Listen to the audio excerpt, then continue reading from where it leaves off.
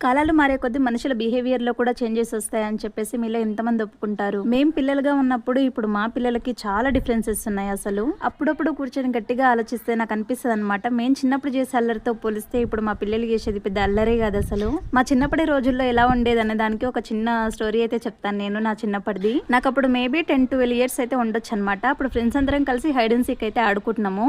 అయితే అందరం ఎక్కడో ఒక చోట దాక్కోవాలి కదా అని చెప్పేసి నేను దాక్కుందాం అని చెప్పేసి అప్పుడు బాత్రూమ్స్ రాళ్ళ గోడలతో కట్టుకొని ఉంటుండే అనమాట.